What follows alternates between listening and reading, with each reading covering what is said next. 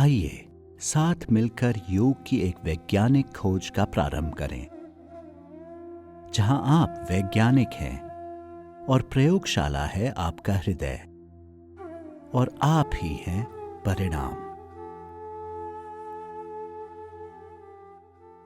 नमस्कार, दाजी के साथ ध्यान कार्यक्रम में आपका स्वागत है।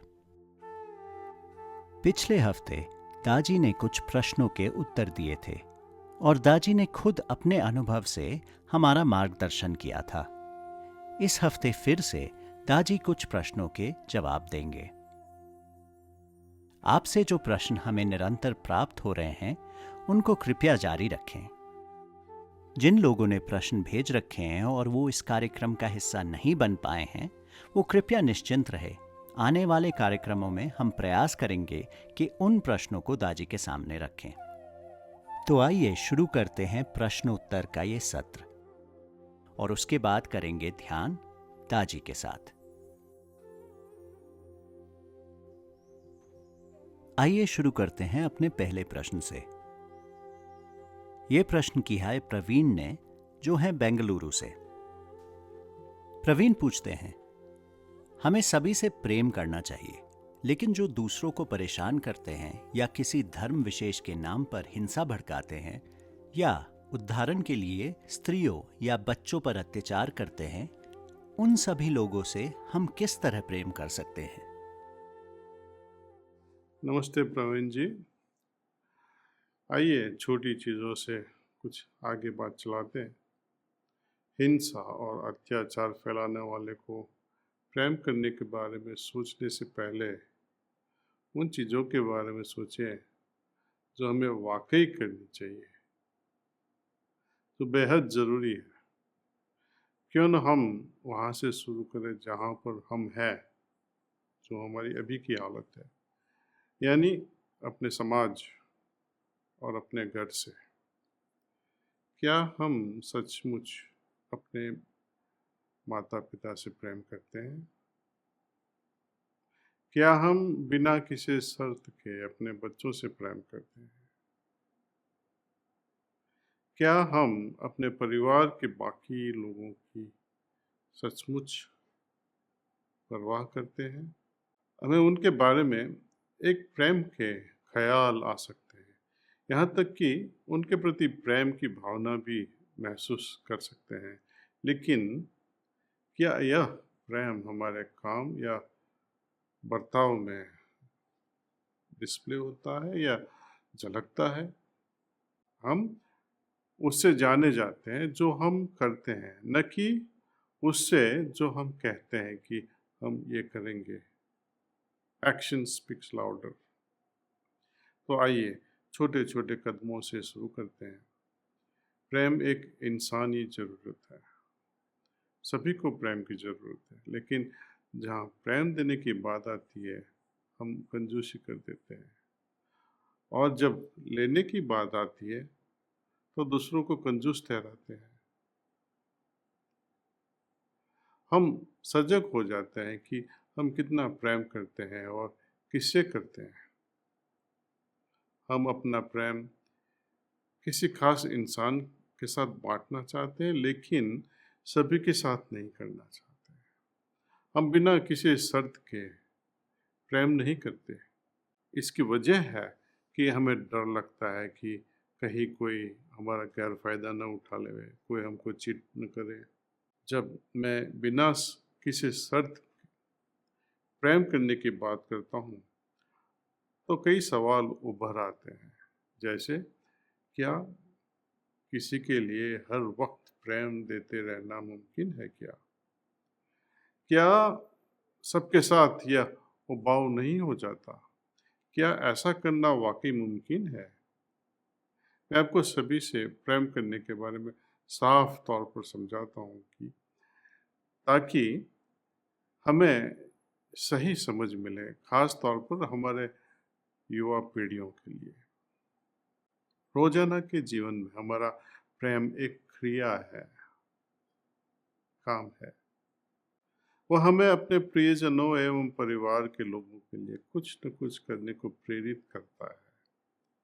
जब हमारे प्रियजन बीमार होते हैं तो हम उसकी देखभाल करते हैं, देख-रेख करते हैं। हम अपने बच्चों के साथ खेलते हैं और मज़े भी करते हैं। अपने परिवार के लिए जो कुछ भी ज़रूरी है, वो हम सब कर देते हैं। ज़ाहिर-सी बात है कि हम जिनसे भी मिलते हैं, उन्हें उसी परवाह और तीव्रता से प्रेम नहीं कर सकते हैं। हम जब सभी से प्रेम करने की बात करते हैं, तब इसका यह मतलब बिल्कुल नहीं है। जब हम सभी से प्रेम करने की बात करते हैं, तो हम उस हृदय से हृदय के जुड़ाव का ज़िक्र कर रहे हैं, जो दिखाई नहीं पड़ता, जो इनविजिबल है। हमारा एटीट्यूड में अंदर छुपा रहता है। जब मैं सड़क की दूसरी ओर किसी को देखता हूँ, तो क्या मैं उन्हें प्रेम भरी नज़र से देखता हूँ या कामुक होकर देखता हूँ? जब मैं फेसबुक फीड पर सरसरी नज़र डालता हूँ और अपने दोस्तों की तस्वीरें देखता हूँ, तो क्या मैं उनके बारे में प्रेम से सोचता हूँ? जब मैं किसी से बात करता हूँ, तब क्या मेरे हृदय में उसके लिए प्रेम है? जब कभी मुझे गुस्सा भी आ जाए, तो क्या मैं उस गुस्से पर काबू रखता हूँ, ताकि वह मेरे भीतर के प्रेम को विषैला या जहरीला न कर दे? हमारे दिल को हमेशा खुला होना चाहिए। इसमें से प्रेम हमेशा बहते रहना चाहिए। जब हृदय हमेशा प्रेम से उमड़ रहा हो, तब क्या होता है? किसी फूल के बारे में सोचें, सुनहरे चंपा फूल के बारे में। यह मेरा फेवरेट फूल है। जब यह खिलता है, तो इनकी खुशबू इतनी लुभावनी होती है। अक्सर जब हवा उसकी खुशबू लेके बह रही होती है, लोगों को इसकी खुशबू जब मिलती है, तो उनके कदम चलते चलते कहीं ना कहीं रुक जाते हैं। सुनहरे चंपा के आसपास हर कोई इसकी खुशबू से लाभ पाता है। लेकिन मुझे ये बताएं कि उसकी खुशबू से सबसे ज़्यादा फायदा किसको होता है? फूलों को ही, है कि नहीं? सुनहरा चंपा अपनी खुशबू में डूबा रहता है। वो ऐसे ही फूल की खुशबू फैलाता है, जिनकी वजह से सब उनकी तरफ आकर्षित होते हैं, खास करके बटरफ्लाइज, हनी बीज, मधुमक्खी, जिनकी वजह से उनका रिप्रोडक्शन भी होता है। ये नहीं होता तो ये रिप्रोडक्शन नहीं होता, तो पौधा खत्म हो जाता, दूसरी जनरेशन होएगी ही नहीं। प्रेम से भरा हृदय ही एक खुशहाल हृदय है। प्रेम से भरा हृदय लगातार देता ही रहता है, लेकिन फायदा खुद को होता है। यदि प्रेम किसी समस्या का हल नहीं है, तो क्या नफरत से कोई हल मिलेगा? कोई भी समूह जो धर्म के नाम पर या रूढ़िवादिता या गलत समझ के नाम पर हिंसा भड़काता है, उसे बेशक इसकी कीमत चुकानी ही पड़ेगी। ऐसे में यदि आप भी नफरत करने लगेंगे, जैसे वो भी करते हैं, तो आप में और उनमें क्या फर्क रह जाएगा? मैं अहिंसा का उपदेश नहीं दे रहा, लेकिन मैं महाभारत से मार्गदर्शन लेने की कोशिश करता हूँ, खासकर भगवान श्री कृष्ण और अर्जुन के बीच जो संवाद है, उससे। भगवान श्री कृष्ण अर्जुन को अपना गांडीव उठाकर एक योद्धा की तरह युद्ध के लिए प्रेरित करते हैं। शांति प्रिय लोग धर्म की इस धारणा से घबरा जाते हैं। अहिंसा को आगे रखकर अपनी दुर्बलता को प्रोटेक्ट करके रखते हैं। अकेला इंसान युद्ध नहीं कर पाता। अर्जुन को भी युद्ध के दौरान भगवान श्री कृष्ण और कई अन्य लोगों के सहयोग की जरूरत पड़ गई थी। अभी जो माहौल है, जो आप सब जानते हैं, उसमें आपने देखा इसमें कौन कौन कहाँ कहाँ से लोग शामिल हैं। ये सभी भटके हुए लोग हैं जो लड़ रहे हैं। वे दुनिया के अलग अलग कोने से जमा हुए हैं, अलग अलग राष्ट्र के लोग जिन्होंने खुद को इस गलत फहमी में रखा है कि यह उनकी समस्या है। क्या आप इसे अपनी समस्या मान सकते हैं? अपने ही देश में कहीं भी तकलीफ हो गई, आपको कभी लगता है कि ये मेरी समस्या है और मुझे वहाँ जाना चाहिए? कितने ऐसे हैं जो सचमुच ऐसा मानेंगे? तथाकथित संत जन अहिंसा के नकाब के पीछे हमेशा छिपे रहते हैं, लेकिन वे एकता के लिए एक मंच तक खोज नहीं पाते। तो हमारे पास इन तथाकथित भले दिल के लोग, संत सुलभ लोगों के साथ एक मूलभूत बड़ी समस्या है। भारत देश ने भी काफी कुछ सहा है और अभी भी सहन कर रहा है। उस दौर की कल्पना करें जब देश पर हमला करने वालों ने लोगों का कत्ल कर दिया, राज्यों के मुखियों के सिर को कत्ल कर दिए और बेझिझक औरतों की आबरू से खिलवाड़ कर दिया। ईश्वर जाने कितनी सदियों तक यही चलता रहा।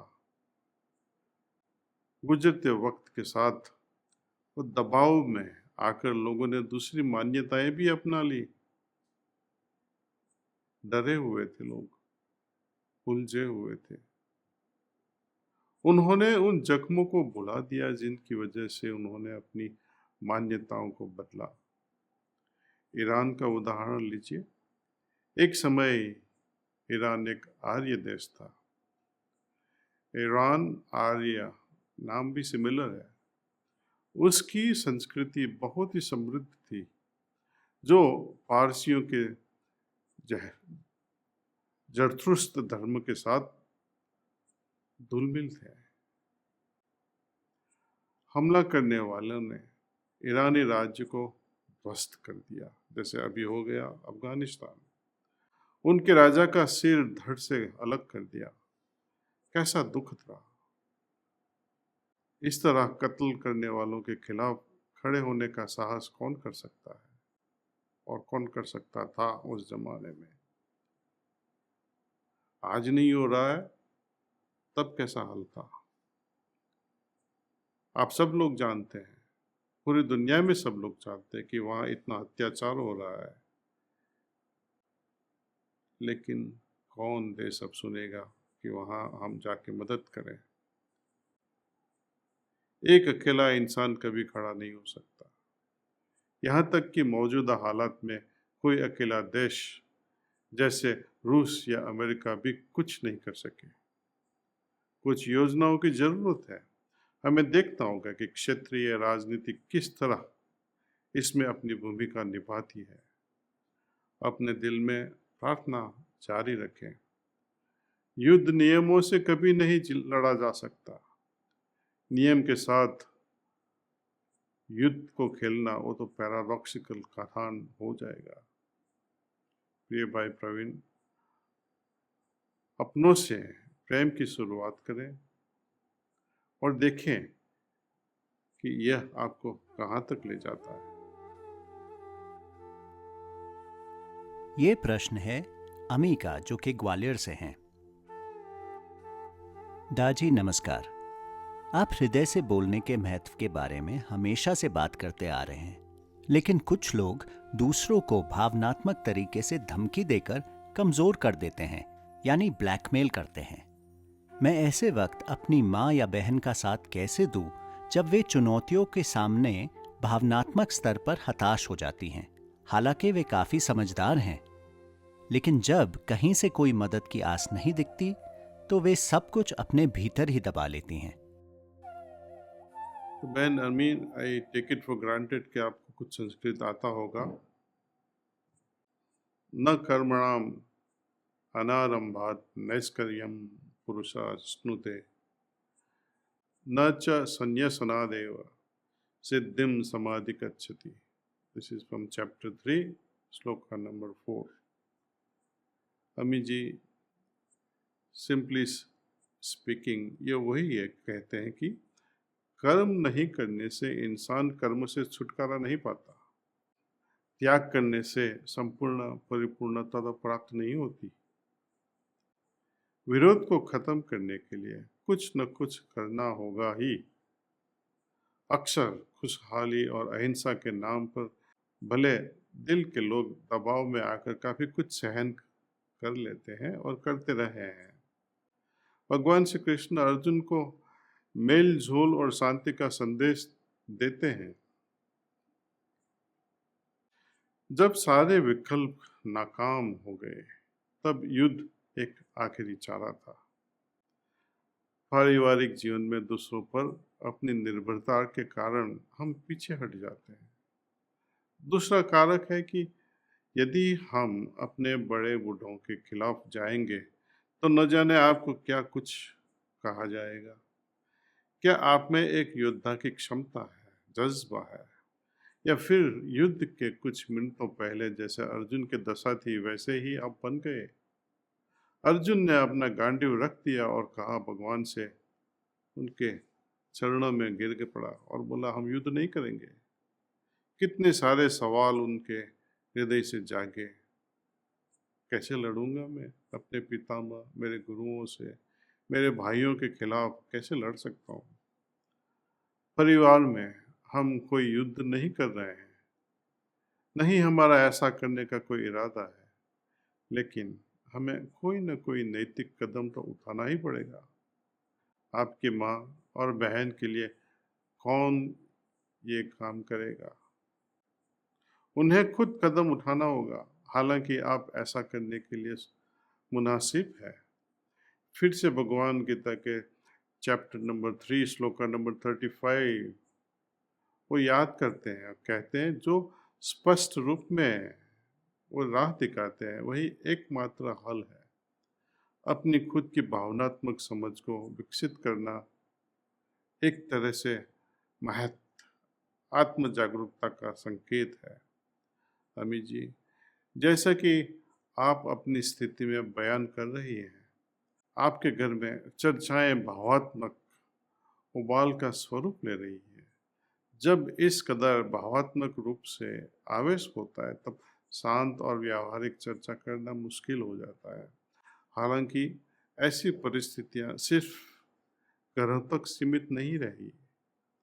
हम देखेंगे कि दफ्तर में या समाज में ऐसे कई लोग हैं जो भावनात्मक होकर परिस्थिति का फायदा उठाते हैं। ऐसा सभी जगह पर है। ऐसे हालत में कुछ ऐसी चीज़ें हैं जो हम कर सकते हैं। शुरुआत के तौर पर सबसे पहले अपना मास्क पहने। हवाई जहाज़ में सुरक्षा घोषणा साफ साफ कहती है कि अपने प्रियजनों की मदद करने से पहले अपना सुरक्षा मास्क जरूर पहने। भावात्मक रूप से गर्म माहौल या स्थिति में आपको ऐसा ही करना है। आप किसी के बीच में पड़े उसके पहले खुद को संयमित करें और अपने अंतस में केंद्रित हो। हर आग को ईंधन की जरूरत पड़ती है। जब हम अपने गुस्से का ईंधन उसमें नहीं डालते, संयम बरतते हैं, तो उस गर्म माहौल की तीव्रता कम हो जाएगी। दूसरी बात है कि बिना कोई राय कायम किए लोगों के बर्ताव को स्वीकार करें। जब आपको मालूम है कि परिवार के कुछ सदस्य इसी तरह से बर्ताव करेंगे ही, तब बस उसे स्वीकार कर लें। क्योंकि हम किसी खास व्यवहार को स्वीकार नहीं करते हैं, इसलिए हम प्रतिक्रिया से ठेस पहुंचती है। चाहे वह सही बर्ताव हो या गलत, उसे स्वीकार कर लेना ही बदलाव लाने की ओर का पहला कदम है।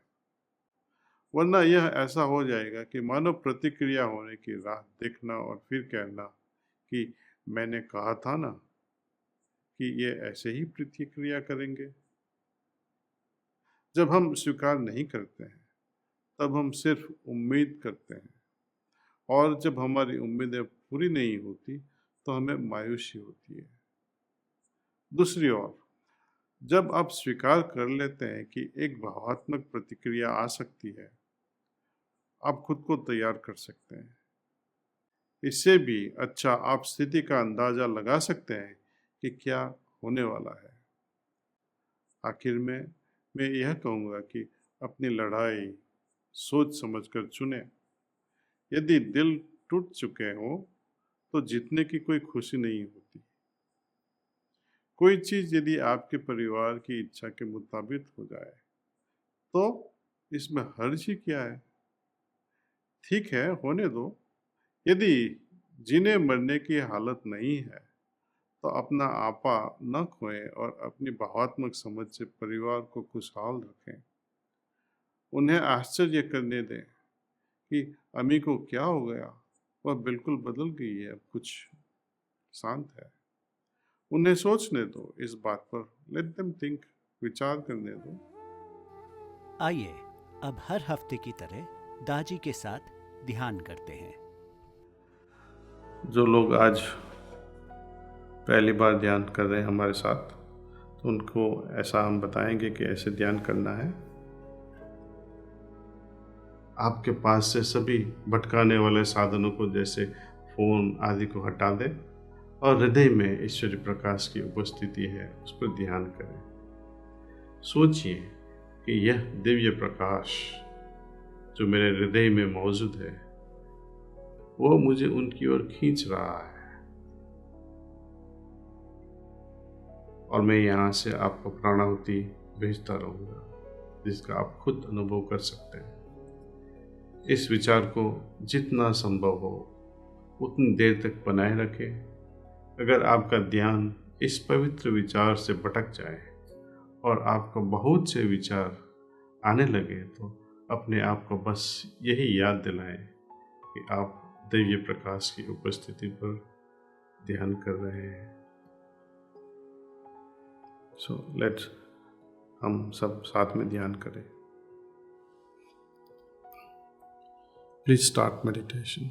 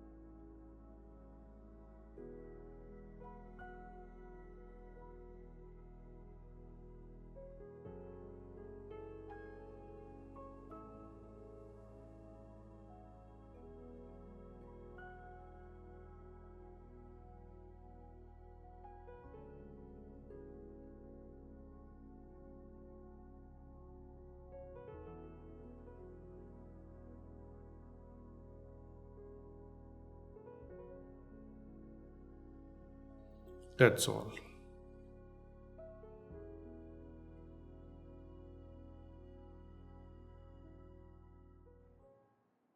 भाइयों और बहनों, तो फिर अगले संडे सुबह 9 बजे अगेन आस्था भजन चैनल पे मिलेंगे। तब तक प्रणाम।